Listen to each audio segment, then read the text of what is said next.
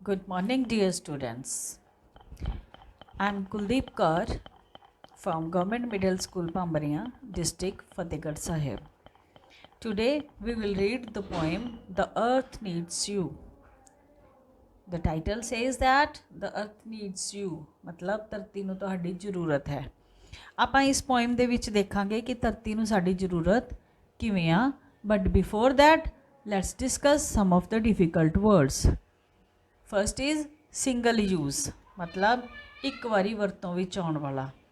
Last रहिंदा है, forever सदा लई, ओशंस सागर महासागर, टैंगल्स उलझदा है, ट्रैवल यात्रा।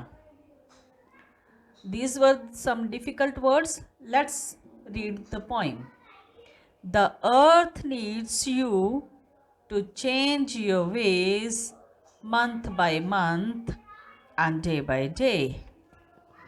ਇਸ ਸਟੈਂਜਾ ਦੇ ਵਿੱਚ ਪੋਇਟ ਕਹਿ ਰਹੇ ਨੇ ਕਿ ਧਰਤੀ ਨੂੰ ਤੁਹਾਡੀ ਜ਼ਰੂਰਤ ਹੈ। ਤੁਸੀਂ ਆਪਣੇ ਤੌਰ ਤਰੀਕੇ, ਆਪਣਾ ਵੇ ਆਫ ਲਿਵਿੰਗ, ਆਪਣਾ ਲਾਈਫ ਸਟਾਈਲ ਬਦਲੋ ਮਹੀਨਿਆਂ ਦੇ ਵਿੱਚ ਜਾਂ ਦਿਨਾਂ ਦੇ ਵਿੱਚ। ਹੁਣ ਉਹ ਲਾਈਫ ਸਟਾਈਲ ਕਿਉਂ ਬਦਲਣ ਨੂੰ ਕਹਿ ਰਿਹਾ, ਕਿਉਂਕਿ ਜਿਸ ਤਰ੍ਹਾਂ ਦੀ ਜ਼ਿੰਦਗੀ ਅਸੀਂ ਅੱਜ ਕੱਲ੍ਹ ਜੀ ਰਹੇ ਹਾਂ, ਅਸੀਂ ਕੀ ਕਹਿੰਦੇ ਹਾਂ ਕਿ ਸਾਨੂੰ ਭਾਂਡੇ ਨਾ ਮਾਂਜਣੇ ਪੈਣ, ਇਸ ਲਈ ਬਾਹਰੋਂ ਡਿਸਪੋਜ਼ਲਸ ਲਿਆਂਦੇ, ਉਹਨਾਂ ਦੇ ਵਿੱਚ ਖਾਣਾ ਖਾਧਾ ਅਤੇ ਬਾਅਦ ਵਿੱਚ ਸੁੱਟਤੇ, ਸਾਨੂੰ ਨਹੀਂ ਪਤਾ ਉਹ ਕਿੱਥੇ ਗਈ। ਠੀਕ ਹੈ, ਤਾਂ ਇਸ ਲਈ ਪੋਇਟ ਕਹਿ ਰਹੇ ਨੇ ਕਿ ਆਪਣਾ ਵੇ ਆਫ ਲਿਵਿੰਗ ਚੇਂਜ ਕਰੋ। Next stanza, the changes are easy, just look and you will see the difference that can be made by you and by me. I repeat, the changes are easy, just look and you will see the differences that can be made by you and by me. ਇਹ changes, ਇਹ ਬਦਲਣਾ, ਇਹ ਬਦਲਾਵ ਬਹੁਤ simple ਹੈ, easy ਹੈ। ਸਿਰਫ ਇਹਨੂੰ ਕਰੋ, ਦੇਖੋ ਕਿ ਤੁਹਾਡੇ ਦੁਆਰਾ ਅਤੇ ਮੇਰੇ ਦੁਆਰਾ ਇਹ ਜਿਹੜੀਆਂ ਚੇਂਜਿਸ ਲਿਆਂਦੀਆਂ ਜਾਣਗੀਆਂ, ਉਹਨਾਂ ਦੇ ਨਾਲ ਇਸ ਧਰਤੀ ਨੂੰ ਕਿੰਨਾ ਫਾਇਦਾ ਹੋਏਗਾ, ਕਿੰਨਾ ਡਿਫਰੈਂਸ, ਕਿੰਨਾ ਫਰਕ ਆ ਜਾਏਗਾ। ਹੁਣ ਚੇਂਜਿਸ ਆਪਾਂ ਕਿਹੜੀਆਂ ਲੈ ਕੇ ਆਉਣੀਆਂ। ਨੈਕਸਟ ਸਟੈਂਜ਼ਾ ਦੇ ਵਿੱਚ ਪੋਇਟ ਕਹਿ ਰਹੇ ਨੇ, single use plastic lasts almost forever. It might be cheap, but it is not very clever. ਹੁਣ ਇੱਥੇ ਉਹ ਗੱਲ ਕਰ ਰਹੇ ਹਾਂ ਸਿੰਗਲ ਯੂਜ਼ ਪਲਾਸਟਿਕ ਦੀ। ਸਿੰਗਲ ਯੂਜ਼ ਪਲਾਸਟਿਕ ਉਹ ਪਲਾਸਟਿਕ ਹੈ ਜਿਹਨੂੰ ਅਸੀਂ ਇੱਕ ਵਾਰੀ ਵਰਤ ਕੇ ਸੁੱਟ ਦਿੰਦੇ ਹਾਂ। ਇੱਥੇ ਪੋਇਟ ਕਹਿ ਰਹੇ ਨੇ ਕਿ ਜਿਹੜਾ ਸਿੰਗਲ ਯੂਜ਼ ਪਲਾਸਟਿਕ ਹੈ ਉਹ ਹਮੇਸ਼ਾ ਲਈ ਧਰਤੀ ਉੱਪਰ ਪਿਆ ਰਹਿੰਦਾ, ਲਗਭਗ ਹਮੇਸ਼ਾ ਲਈ।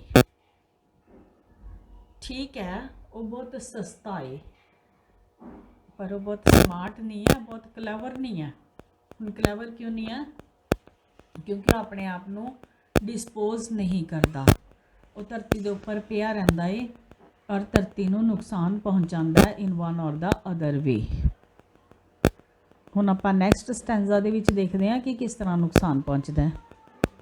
It can and up in oceans, rivers and seas, the wind sometimes carries it and it tangles in trees.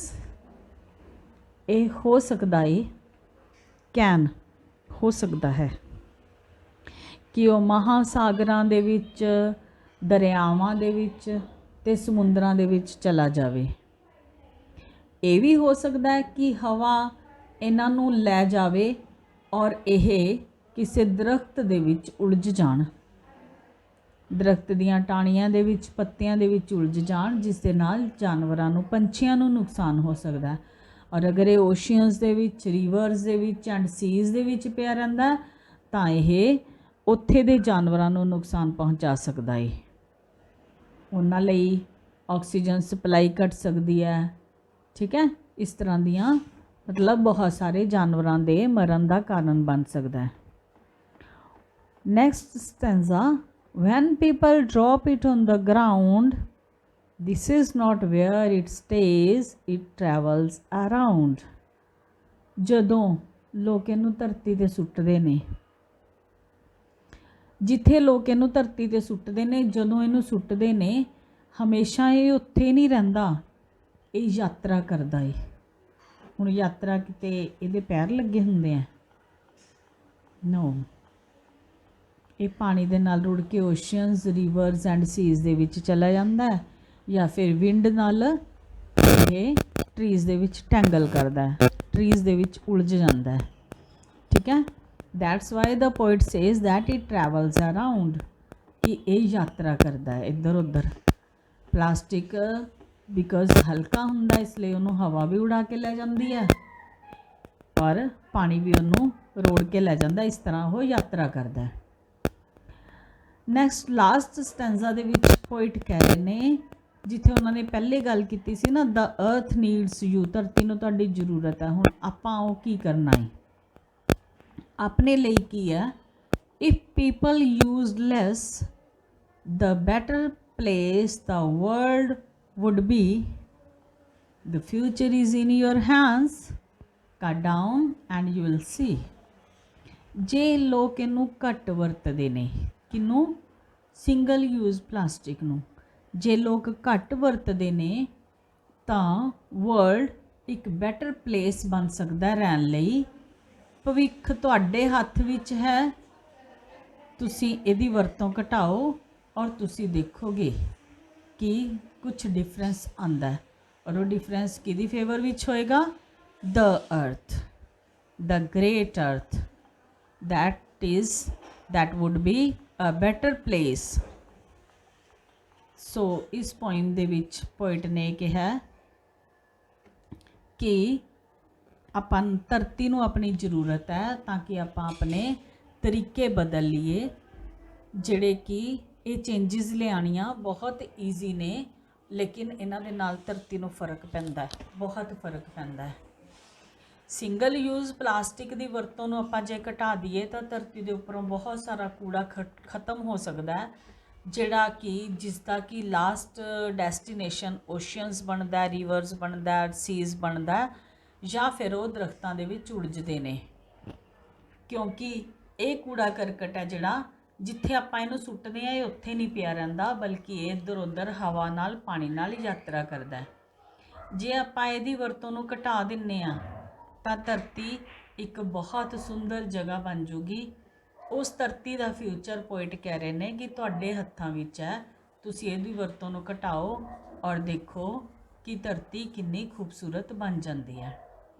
Let's read the poem once again। The earth needs you to change your ways month by month and day by day. The changes are easy. Just look and you will see the differences that can be made by you and by me. Single-use plastic lasts almost forever. It might be cheap, but it is not very clever. It can end up in oceans, rivers and seas. The wind sometimes carries it and it tangles in trees. When people drop it on the ground, this is not where it stays. It travels around. If people used less, the better place the world would be. The future is in your hands. Cut down and you will see.